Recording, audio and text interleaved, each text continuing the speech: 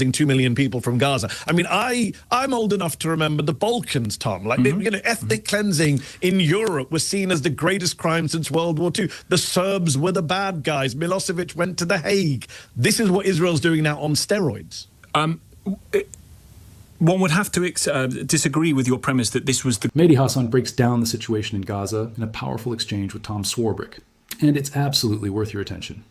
I'll share my full perspective once it wraps up, so stick around and don't forget to subscribe for more content like this.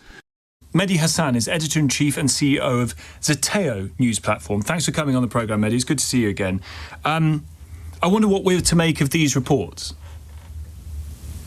I mean, I would say don't be surprised by these reports. Some of us have been saying for 22 months that this was the goal, that this was never about hostages. This was never an anti-terror operation. This was an excuse by the Israeli far right, which controls the Israeli government right now, to use the horror show, the massacres, the war crimes of October the 7th, to go back into Gaza and take back the land. It's always been about the land for these folks. And they're not hiding it. They've been saying it for months. And now Netanyahu's saying what his own cabinet ministers have been saying for months. Every time I came on a show like this and cited a cabinet minister, someone from the pro-Israel side would say, well, they're not the prime minister, they're not the main person, they're not in the war cabinet. Well, now you've got Netanyahu being quoted by security sources saying that this is the plan.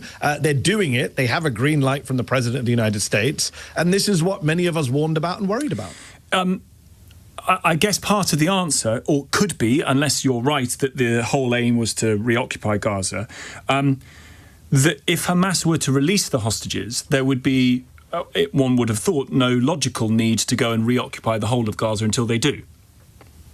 So a couple of things. I mean, we've been in hostage negotiations on and off for 22 months, especially since last summer when Joe Biden put out that plan and it was supposed, they blamed Hamas and the UN were involved and we've had back and forths. We had a ceasefire, let's not forget, Tom, earlier this year. Donald Trump, a man who I don't like to give credit to for anything, came into office shortly before he was sworn in, got this ceasefire. Some of us warned it was a fake ceasefire. It lasted only a couple of months because the Israelis never planned to stick with it. And Israel unilaterally broke that ceasefire, went back to war, imposed a siege, blocked infant formula and nappies from going into Gaza, and we are where we are. Israeli ministers, Tom, just to be clear to the LBC audience, say again and again that the hostages are not their priority. Those are not my words. The finance minister has said this. The settlements minister has said this. The heritage minister has said this. In fact, last week, Eliyahu, one of the ministers in Netanyahu's government, said we are racing ahead to totally destroy Gaza. We're going to make it all Jewish. I mean, there's no mention of the hostages in that statement. They have a very clear ideological goal, and, when people tell you who they are, believe them the first time. So what do you see as if there is, what is the day after this war looking like, more and more, in your view? Yes, that was a question posed. I mean, I've been talking about this since the very beginning, both when I was, I had my show at MSNBC, and then I've been doing interviews like this. And when I'm asked that question, the assumption is the war is ending. And I don't think the war is ending. I think Netanyahu, for both political and ideological reasons, is dragging this out. His own generals have told him there's no strategic value in dragging this out. I don't know if you saw on Sunday, I think it was, 19 former Israeli security chiefs, the heads of Mossad, Shin Bet, the military, the police have come out saying there is no strategic goal here. We are not winning this war. We have not saved the hostages. This is about Netanyahu trying to save his own backside from going to prison. This is about him preserving his cabinet. So the premise of your question is slightly problematic because it implies there is some end point when the Israelis have made it clear there isn't an end point. This is full-on ethnic cleansing, and the President of the United States has given them a green light. Recent history, relatively recent history, suggests it doesn't go well if you try and occupy a part of the world that is fundamentally hostile to you, to the forces that are going to attempt to occupy it. You'll be in something close to a forever war. Yeah, which is what. So two things. One is you're right, and that's why so many military chiefs and experts are saying we shouldn't be doing this. There is no military value in occupying Gaza in this way. That's one point. The other point, of course, is that let's just be clear again for the LBC audience, just to understand the law here. Gaza is occupied according to the International Court of Justice, according to the United Nations. Even though the Israelis pulled out their, even though the Israelis pulled out their settlers in 2005, they removed the settlements from Gaza. They controlled Gaza's air, land borders, waters, who goes in and out, what goes in and out. So that's what the Gazans have been under for a siege for a while. Both Gaza and the West Bank are occupied under international law. What Netanyahu's proposing to do now is going an extra further and annexing Gaza, making Gaza part of Israel. And of course, here's the key point. which is what the world cannot tolerate, I hope, which is ethnically cleansing 2 million people from Gaza. I mean, I'm old enough to remember the Balkans, Tom. Like, ethnic cleansing in Europe was seen as the greatest crime since World War II. The Serbs were the bad guys. Milosevic went to The Hague.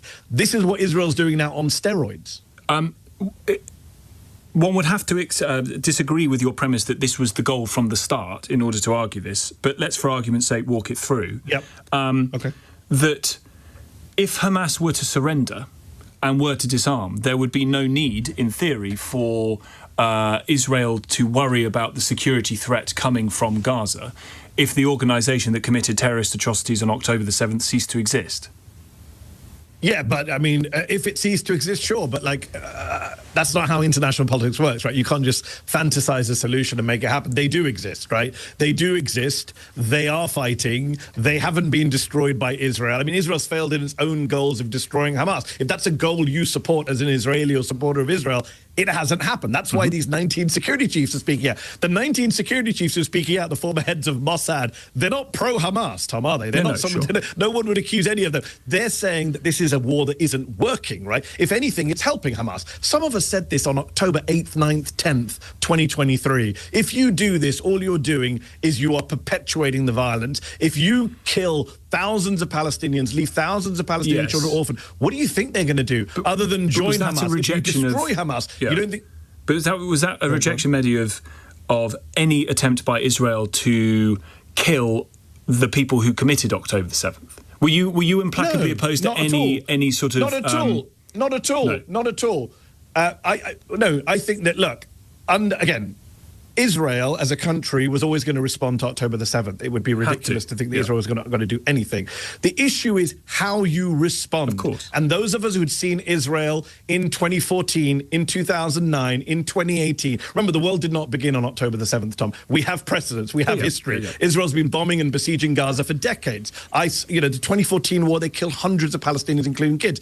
None of us, even I didn't imagine it would be this brutal, this prolonged, this destructive. It's an actual full-blown genocide at this point. So the question is, can Israel respond when its citizens are killed in a horrific massacre? Of course, every country should have a right to protect its citizens from being massacred, but no country has the right to do a genocide as part of its counter-terror operation. That's what you want to, or B, revenge. And again, this was always about vengeance. There's been reporting in the Israeli media, Tom, that from the very beginning, they were bombing sites that they were told there might be hostages there. And they said, we don't care. If you read the reporting from Plus 972, they were saying, we don't care. It was never about the hostages. It was about vengeance. It was about using this as an opportunity to go and try and destroy Hamas. It was about taking back the land.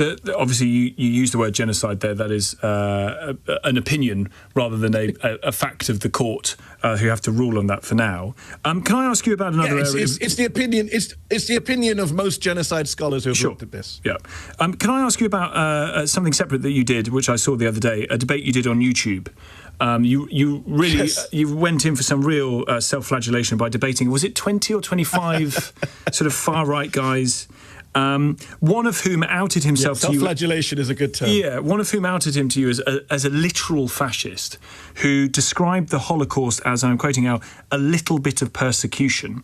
I read that man has now lost his job. He's been sacked. I wonder what you make of that.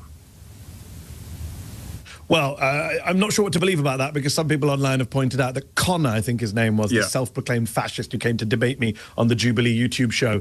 He claimed to have lost his job. He did that thing that lots of right-wing people do where they're like, oh, look at me, I'm the victim. He did a fundraiser, made lots of money from his far-right friends. Turns out, according to some people, and I don't know how true this is, that actually he lost his job earlier this year, and he used this as an excuse to say, I lost my job because of what I said. By the way, I should point out, he was crying about free speech, free speech. This guy and many of those people who I debated on that show astonishingly don't support the Constitution, don't support democracy, don't support free speech. So it's a little bit hypocritical when they then reach for free speech as a defense. The dynamic in this exchange is genuinely fascinating, and not just because of what's being said, but because of how it's being handled. He's clearly doing what he's trained to do. He's playing the role of the conscientious interviewer, testing claims, posing hypotheticals, making sure every angle gets a polite airing. But there's something almost old-fashioned about the way he approaches it. Like someone calmly probing an argument under the assumption that everyone involved is operating in good faith and that reason alone can untangle the mess. On the other side, comes in with a completely different energy. He's not speculating, he's not theorizing, he's citing statements, quoting ministers, referencing reporting, and laying out a pattern that suggests he's been having this exact debate repeatedly for months, if not years. There's no sense that he's discovering these arguments in real time. This is someone responding from accumulated frustration and documented evidence. What makes the exchange so revealing is how it unintentionally exposes the discomfort mainstream British media still has when confronting the Israel-Palestine issue head-on. Swarbrick keeps reaching for the reasonable middle ground, floating. Hypotheticals like, what if Hamas just surrendered? As if geopolitical conflicts resolve themselves through tidy thought experiments. It's well-intentioned, but it carries this quiet assumption that reality can be negotiated back into civility if everyone just behaves sensibly enough. And that's where the disconnect really shows. Hasan simply refuses to play along with that framing. He doesn't hedge. He doesn't soften his language to preserve balance for balance's sake. When the idea of an eventual end to the war is raised, his response, implicitly, is that assumes this was ever meant to end. It feels less like a debate and more like someone trying to get across that the emergency has been ongoing the entire time, while others are still discussing evacuation plans. The moment Swarbrick steps in to clarify that genocide is a legal determination, not yet a court ruling, is almost textbook journalism. It's precise. It's technically accurate. And yet, in context, it feels oddly detached, like correcting terminology while the broader catastrophe continues unchecked. It's not wrong, but it's narrowly focused in a way that highlights how procedural caution can sometimes obscure moral urgency. That discomfort is real, and honestly, it should be. Conversations like this aren't meant to be tidy or reassuring. They're meant to unsettle, to challenge assumptions, and to force a reckoning with realities that don't fit neatly into broadcast conventions. Let me know what you think in the comments.